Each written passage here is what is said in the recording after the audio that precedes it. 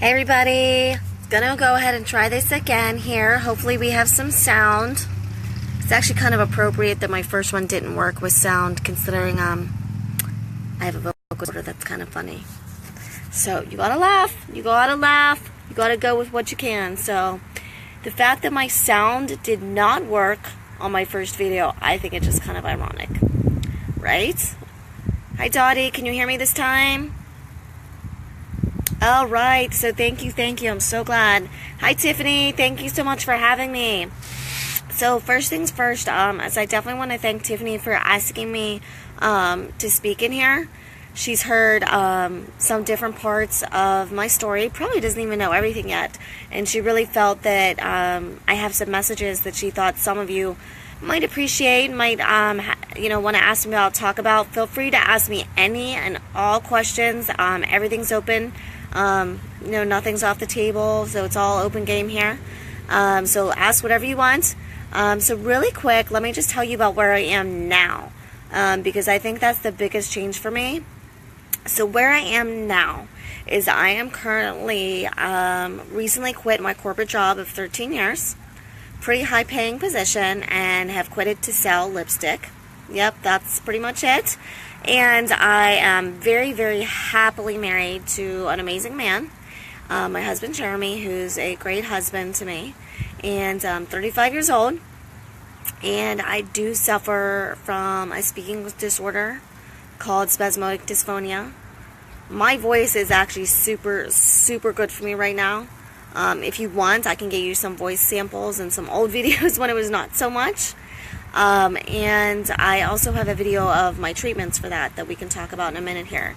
Then I'm also a survivor of a 5-year domestic abuse relationship. So my life right now is really amazing, and I think it's just kind of funny and ironic that I have my income and my life and my future dream through social media when I have a speaking disorder and literally cannot talk at times. So it's been a battle and it's been hard, but the rewards have far, far outweighed everything. So I guess I'll start at the beginning. My vocal disorder actually came first after 2 years of being misdiagnosed and being sick and literally losing my voice. I finally saw a specialist in Pittsburgh called a UPMC Mercy, and I was diagnosed with spasmodic dysphonia. What that means, basically, very simplistically, is I get spasms in my voice box to the point where I literally cannot talk at all. I will have so much spasms, I'll either stutter, I'll get stuck on a word, people would think I'm sick all the time. So I was losing my voice, got diagnosed with this 2008. So if you want to ask questions about speaking disorders, please feel free. I do get treatments. I get treatments every 3 to 4 months. My last one was about 4 weeks ago, which is why, at least to me, I sound super good right now. So it's been really hard but challenging and fun that I do a lot of my business through social media, through these live videos. And I don't know, I just can't say I'm so used to my speaking disorder. It's just part of me that I get on and I speak through it, and I don't even notice it anymore. It's usually my friends pointing it out to me.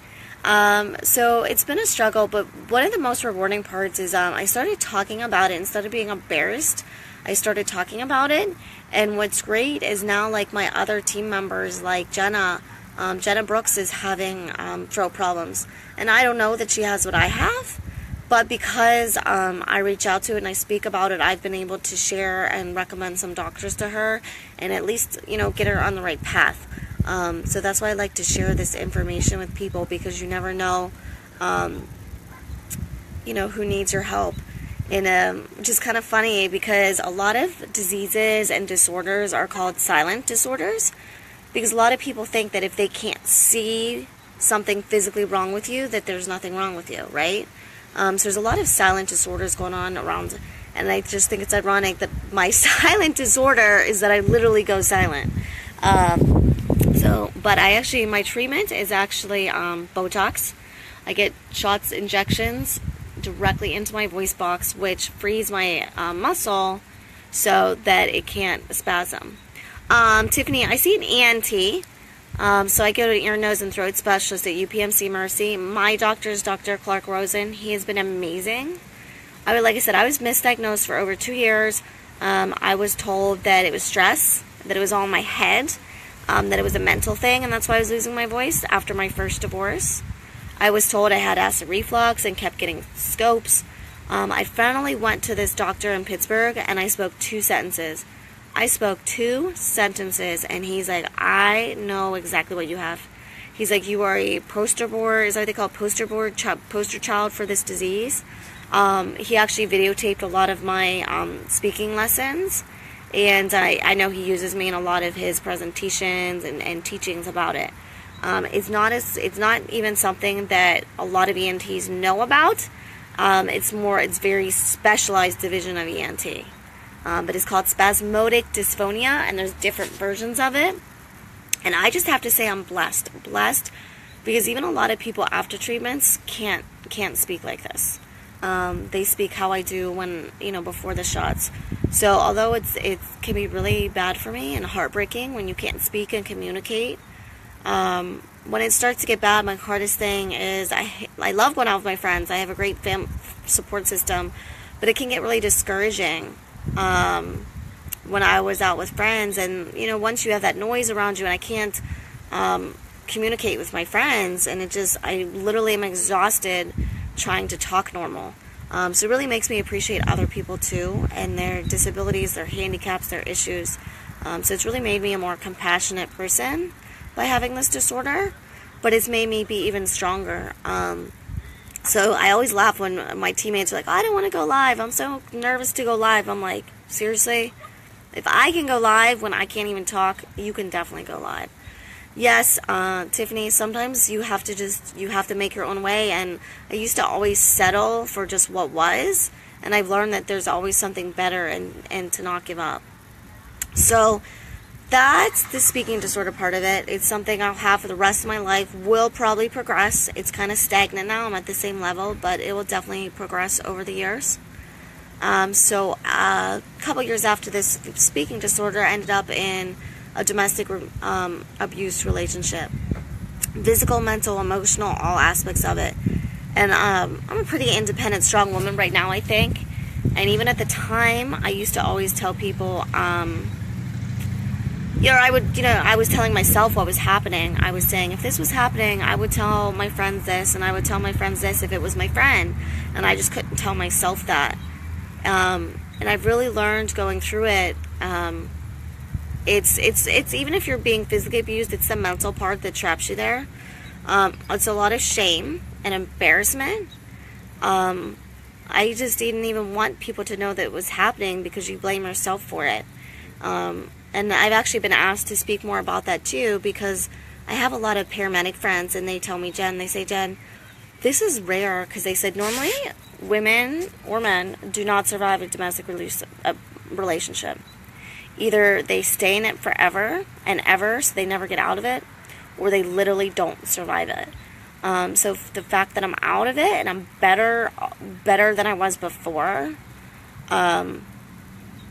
is huge for me. If anyone wants to talk about what exact specifics we're talking about, I'm more than welcome to talk to you private. But just to give you some hints, like I said, I'm very happy to have a great relationship, and this was years ago. I'm terrified of the sound of my garage door opening. I don't let my husband or me, we don't use the garage door. If he comes home from hanging out with the guys, he has to use the back door or the front door, because I'm terrified of the sound of a garage door opening. My dog is terrified of the sight of a belt. My dog also doesn't let my husband hug me or pick me up. He gets terrified. And I started talking about this too, very, over broad view, and people came out of the woodwork messaging me privately saying, oh, Jen, oh my God, how did you get through it? What did you do? And then I know other people, they're like, Jen, I got out too, but I still struggle. I'm scared of certain things. I have flashbacks. Flashbacks are so crazy. I can have a nightmare, and I can smell the stench of beer, and I can feel my teeth breaking. I can feel my ribs breaking again, and you can relive it over and over. And it's so grateful to wake up and not be in that place anymore, because I was in a place where I just did not want to go on, because I just saw this miserable, endless cycle in front of me. Miserable, endless cycle in front of me. And I didn't want to get up. And I finally got rid of him. And guess what? The abuse doesn't stop there. And in fact, it gets worse. It was so bad. And what's the shame is the police didn't help me. They actually told me not to file PFA because it would just make it matter.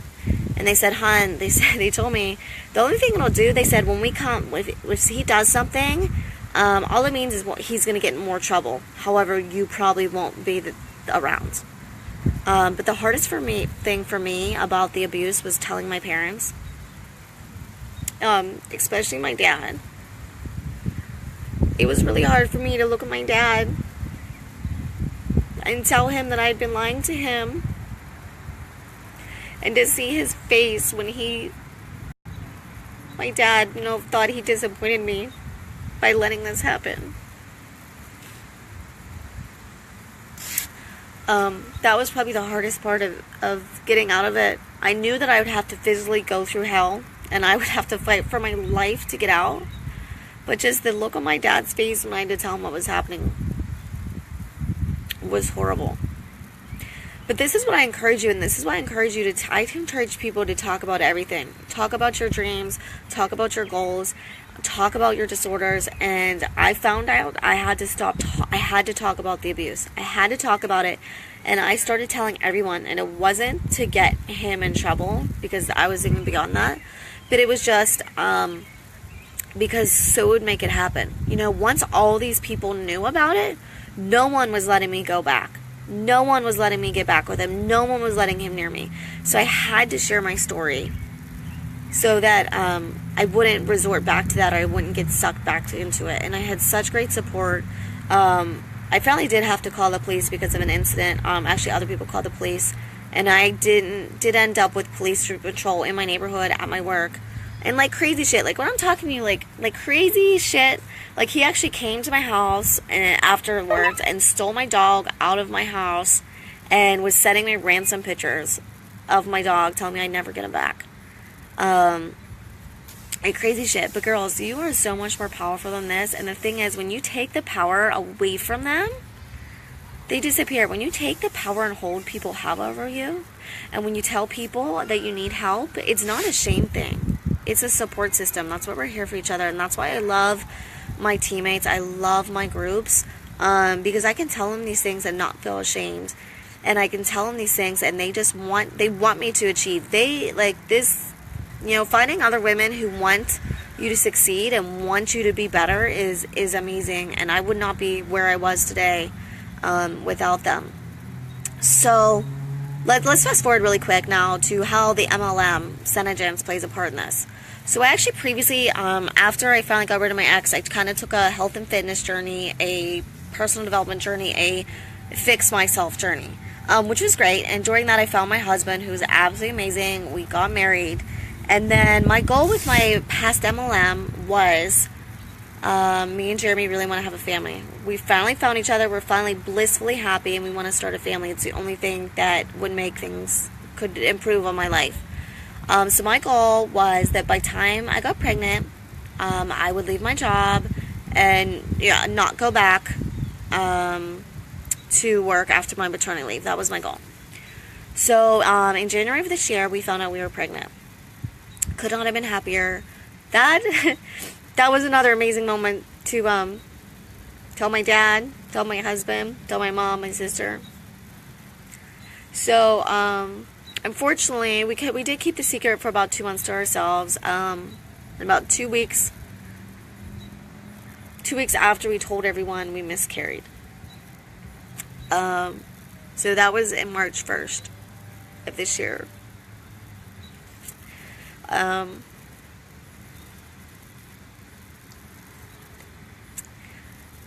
And that, at the time, is when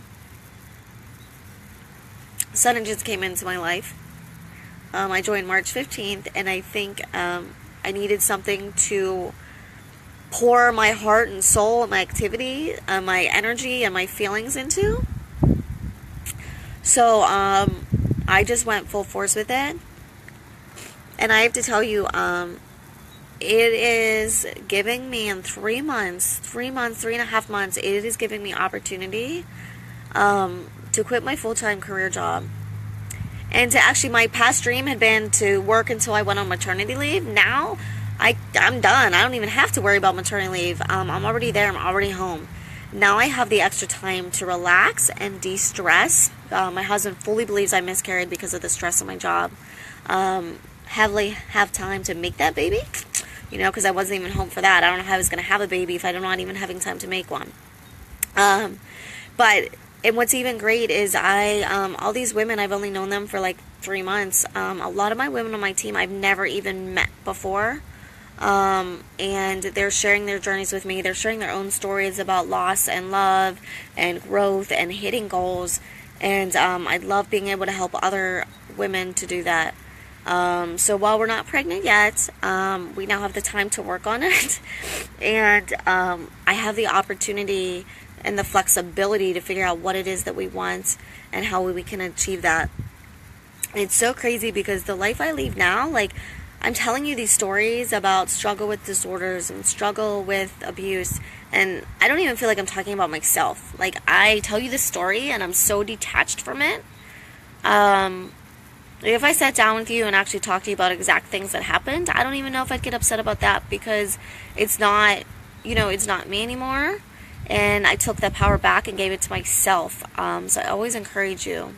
Yes, Tiffany, please share your story. It's important. And that's what I always thought. I'm like, why do you want to hear my story? Who am I? I'm not anybody. But your story is important. So you need to share it. I encourage you to. Like I said, if I can share my story when sometimes I can't even speak, when I think I'm no one and I'm not important, I have to remember my husband thinks I'm someone, my family thinks I'm someone, my friends and my teammates think I'm someone. So I encourage people to start realizing that they are someone and that they are important.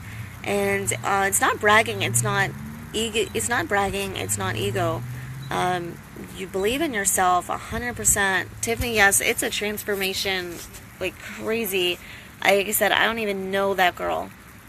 And I want to help. I can recognize these signs now in other people, and I just want to help them, and I want to get them to where they, get them to a life that they love.